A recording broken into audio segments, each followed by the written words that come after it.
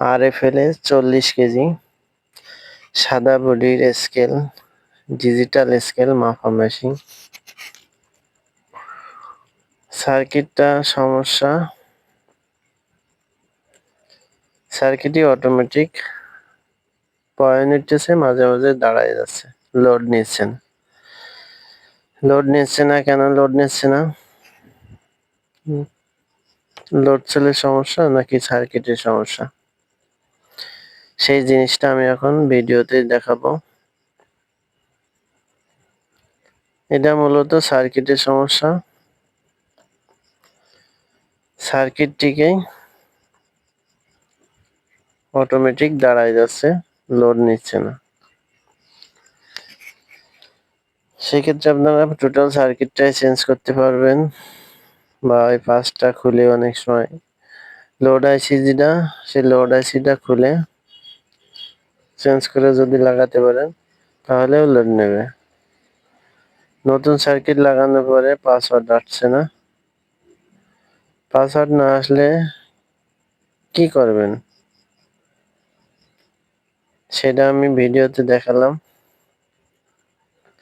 যদি কারোর ক্যালিব্রেশন না হয় বা না পারেন তাহলে আমার ভিডিওটা অবশ্যই দেখবেন। সব থেকে RFL কম দামি স্কেল এটা, এর থেকে কম দামি স্কেল 40 কেজি নাই। তো আমি এখন সার্কিটটা চেঞ্জ করলাম। চেঞ্জ করার পরে ক্যালিব্রেশনটা হচ্ছে না। শর্ট দিলাম, শর্টেও কাজ হচ্ছে না। তাহলে কি করবেন সেটা আমি ভিডিওতে দেখাবো।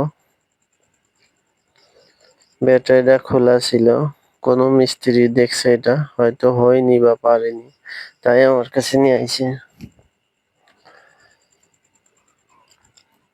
মেশিনটা মোটামুটি ভালো, খারাপ না।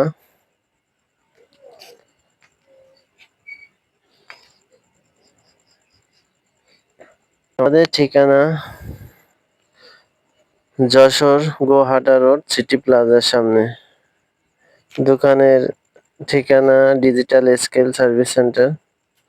এখানে সমস্ত স্কেল সার্ভিসিং করা হয় এবং বিক্রয়ও করা হয়।